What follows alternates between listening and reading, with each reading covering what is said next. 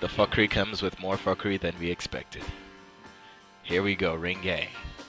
Welcome everyone to Ring Gang Radio. We're now going to start off by talking about the Wilder Joshua negotiation. I'll open the floor with news.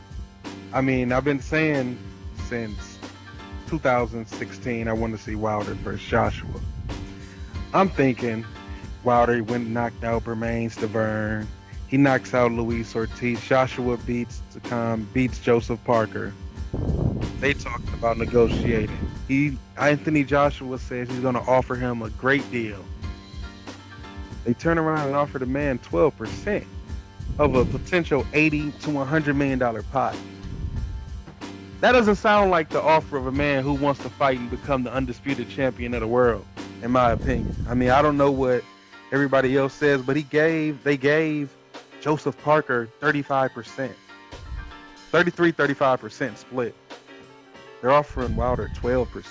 And even if people want to say, well, he doesn't deserve this or that, at the bare minimum, you have to start at the ceiling for Joseph Parker. Whatever Joseph Parker got, that's the lowest you got to start off offering Wilder. Wilder is much bigger than Joseph Parker.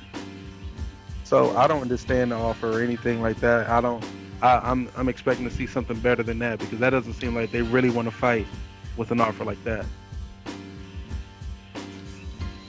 Yeah, it's a pretty bad offer, man, in my opinion. But at the same time, I don't put too much into it, because I think that, I don't know I think they said it was a third offer, but I think it's gonna be like any negotiations. I mean, when you holding a deck of cards and you got all the backing, then you can lowball when you send your first offer out. I mean, so they're probably gonna work their way up to some number. It definitely needs to be higher than Parker's number, but I do think that Hearn, they want to do the fight, but they don't want to do it on Wilder's time or on the time schedule that the fans are expecting. They want to build to it. They want to fight in between. They want to bring Joshua well, first of all, Joshua said he don't want to come to America to fight. LB, you got something to say about this, man? Come on, man. This is ridiculous. That's a ridiculous offer.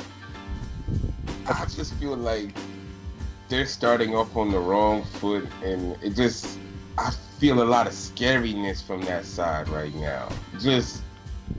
It's not real. They just pump faking. I think they want to piss off Wilder, so Wilder could go ahead and start negotiations with another boxer out there for another fight.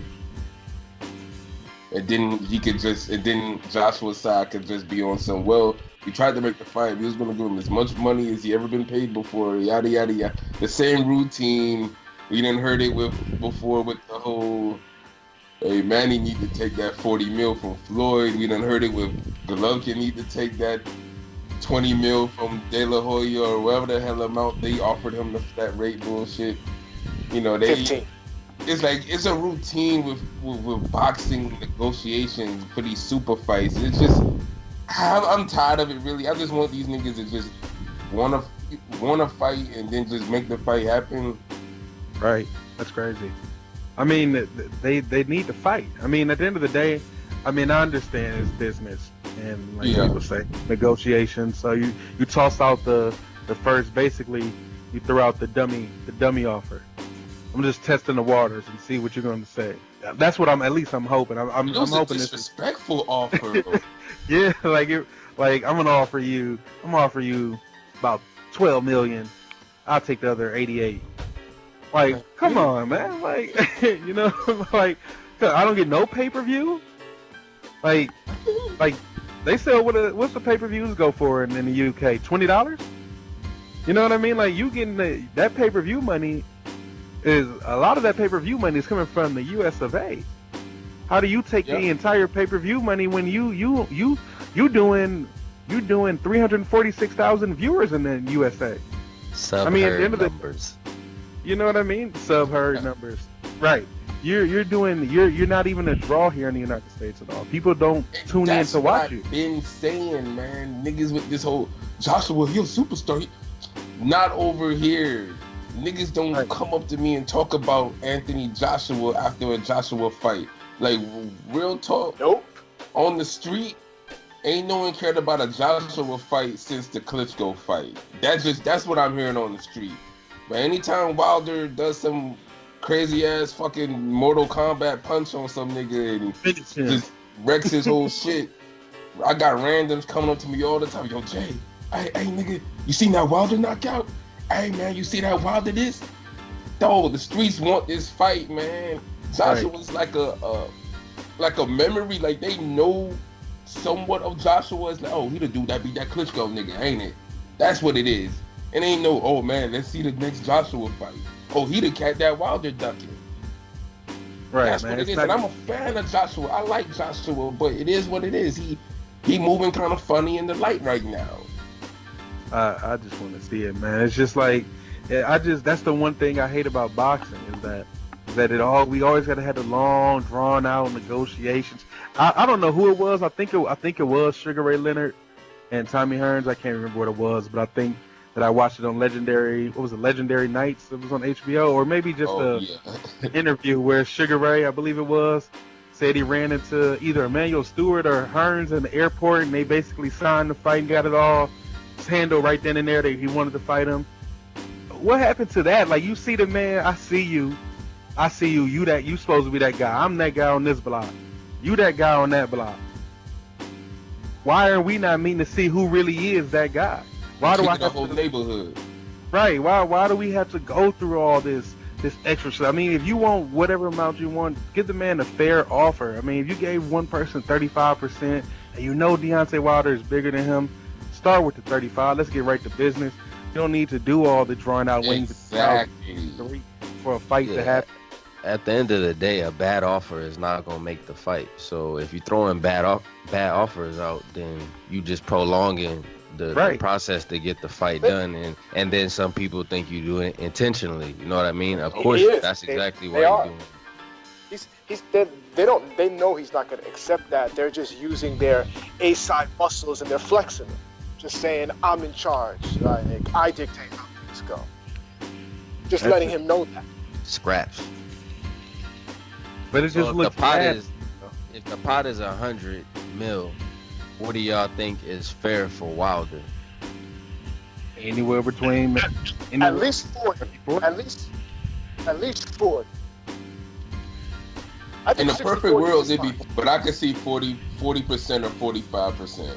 And I'd say personally anywhere between what Joseph Parker got, which is 35%, and 40.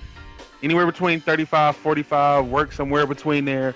But that's really the range that it should be. And that's giving proper respect to Anthony Joshua's huge draw over in the UK, but also at the same time, giving that respect to the fact that Anthony Joshua is a non-draw in the US. I'm tired of hearing UK fans repeat what Eddie Hearn say, which is false. Quit saying Deontay Wilder is not a draw.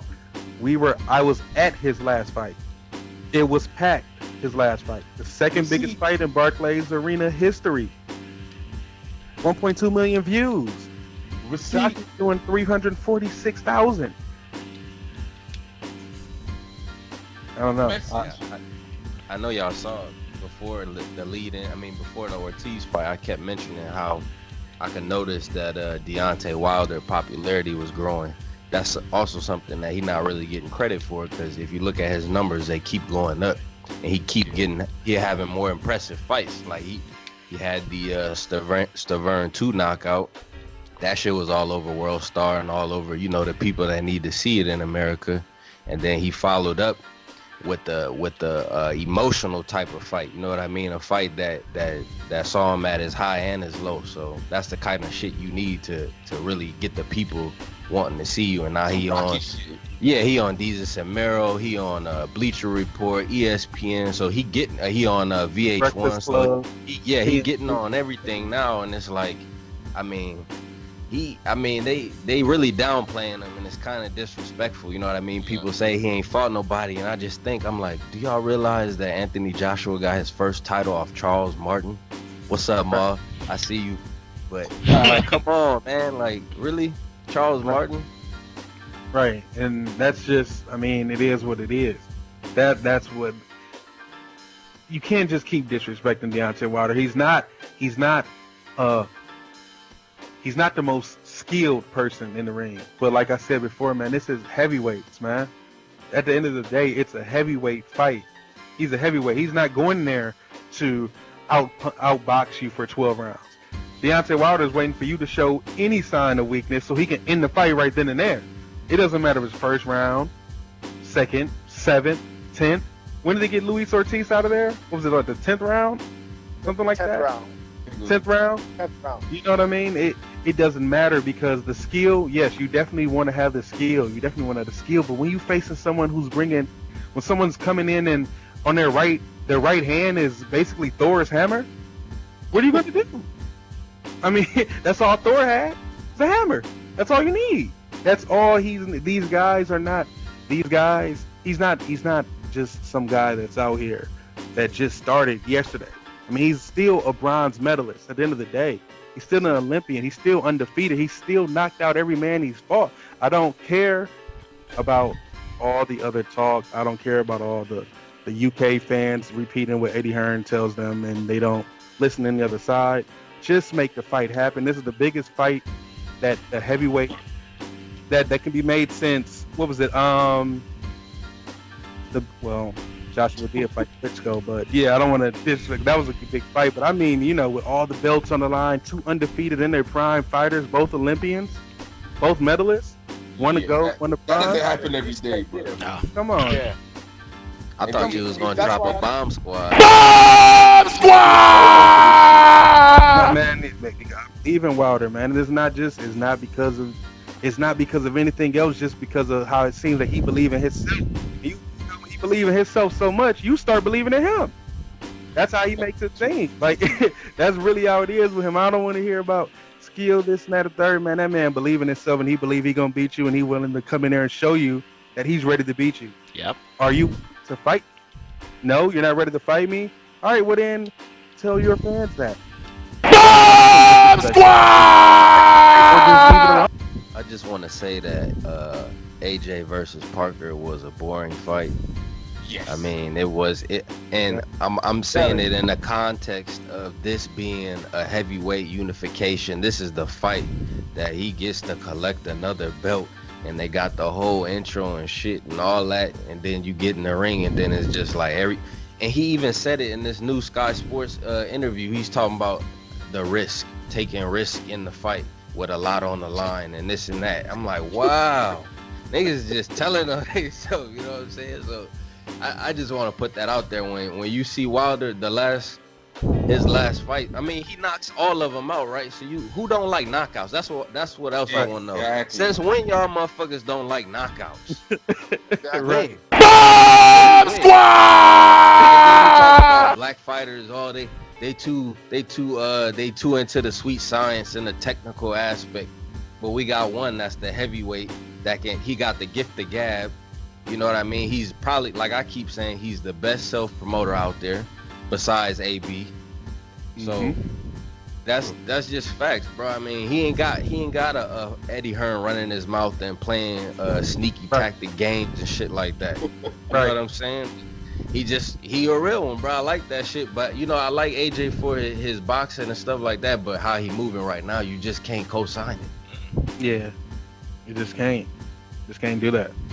And they stretching out the whole fight itself. Like, that's another problem with boxing. Like, if these guys fought 3 and 4 times a year, I wouldn't mind these little bum fights these niggas be getting. But to see that if they was to prolong Wilder and Joshua, that means we won't get it until next year.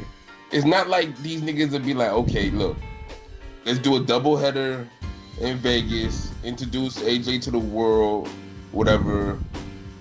They both fight some decent opponents, bring them into the ring afterwards, they jaw jack, talk shit, and then we do a damn nationwide tour, then we bring it back to UK, really build up the fight like boxing used to be built up, the promo for these super fights.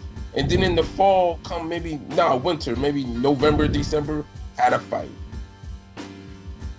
I just want to see the fight, man. I mean, the problem is, I like that. The problem is nowadays, fighters' egos are getting in the way. You think one of those guys that want to fight on the undercard of somebody, like I'm there, like in their mind, they're main event fighters, so they're not going to go for that. I do think that they should have AJ come to the U.S. and be at one of Wilder's fights as a broadcaster. Have him speak on the mic. That could work. Have him speak on the mic, and hint at, almost like it's you treat it like it's a collision course, and it's inevitable, and use him on the microphone as a way to build up the fight, and then you can bring him in the ring, and they can talk, and you've got a bigger build-up. Dylan White I don't see why you can't do perfect that. opponent for that too. Exactly. AJ already beat him. Then he can analyze the style. Like, they could really set this shit up right if they want to, but they don't want to, man. They don't really want to do that, man. They just want to let me fight some random guy twice every year, and let's just milk it, man. Floyd and Pacquiao already put out the blueprint for this shit, and cats are just gonna keep doing that. AJ must really think that Wilder is gonna end his career, because if you think about it, he gonna get a rematch off the rip. Every contract they send gonna have a rematch clause. Right. So, okay, if the pot is $100 million in the first fight, and you get knocked out, well, let's just assume it's competitive, and you get stopped at some point in the fight. The second fight, you got the whole storyline of the bounce back and all this other shit. You know what I'm saying? And you gonna sell even that much more, because Wilder is going to do his thing. So it's not like he's going to lose. I mean, he's going to lose the illusion of being perfect, you know what I mean, because you got an O on your record. But it's not, you think the UK fans going to turn their back on him if he get knocked out or some shit? Hell no, they still going to ride with him. So it's just excuses, man. Just fight the man. You're not going to lose. You're going to lose your O, but at the end of the day, it's not really, you know what I mean? It's not going to affect your brand to that degree, that you just don't fight Wilder at all. You start giving us more fights that we don't care about, and they not entertaining. Hell no. If these were entertaining KOs, I wouldn't mind as much. I'm like, all right, well, he's still brutalizing cats. He's exciting still. But it's two dreary ass damn performances with Tycom and Parker, and it's like, it's not inspiring at all. And we forget about it on Monday. And then if he don't fight Wilder, he gets to go, and his prize is he gets to go to Moscow, because Povetkin is. I don't believe they're going to lose the purse bid.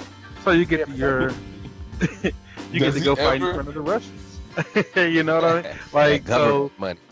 Right, and whatever happens over there, who knows? I mean, you're going to go fight Povetkin. I mean, Wilder was going to do it. Wilder's going to do it. But at the same time, it's always a risk, and that's due to the fact that what we've heard about the scandals they've had over there in Russia with things of that nature, and with Povetkin getting busted. You're Wilder doesn't get enough credit for that. Yeah. Right. He doesn't get enough credit for actually going to go, and I'm pretty sure he still wanted to fight anyway, but that couldn't happen. But Wilder deserves credit for going to Russia. Was ready to fight him. Like, most people wouldn't do that. Wilder would. Wilder's a real one. He deserves all the credit for stuff like that. He wants to get these fights. It's Joshua that really doesn't want the fight that we all want. So one of them should get credit, and the other ones. And the thing is, it's to the point where, like, who's left for Joshua? It's getting to that point where it's like, okay, well, I'll see, it's okay if he fights this person. Now, who else is there that could really excite me, that I could say, okay, well, if he's not going to fight Wilder, this is good enough. Like, really, who's left? The only person, is Ortiz, who's now a Wilder leftover? Like, I don't know. Right. They got a trilogy on their hands. He could very well beat Joshua, though. That's not so. That's true. That's the only thing. Like, that would be a tough fight for him. But I'm saying, how would you ruin a potential Wilder fight by fighting a guy who pretty much tried to cheat to beat Wilder? Like, come on, like, that fight will always be there. Like, fight Wilder or fighter Jarrell. Even a Miller fight, to me, is risky at this point, because we keep seeing these guys fight, and I'm talking about Wilder and Joshua, We keep seeing him look a little shaky. And, the boxers are watching this too. Don't you think someone's going to eventually come up with a plan to clinch Wilder or withstand something or gas out Joshua? It's like, Right. I don't want this to be Yo. Bubba Lopez again. So It I almost think happened in that 7th round. the plan's already out there for both the guys. I mean, you got to get inside on Wilder, and you just got to jab with Joshua and counter him over the top. This boy Smoke just came out of nowhere. I mean, that's just what I would do if I was 6'6", 220, and been boxing my entire life. Bomb Squad!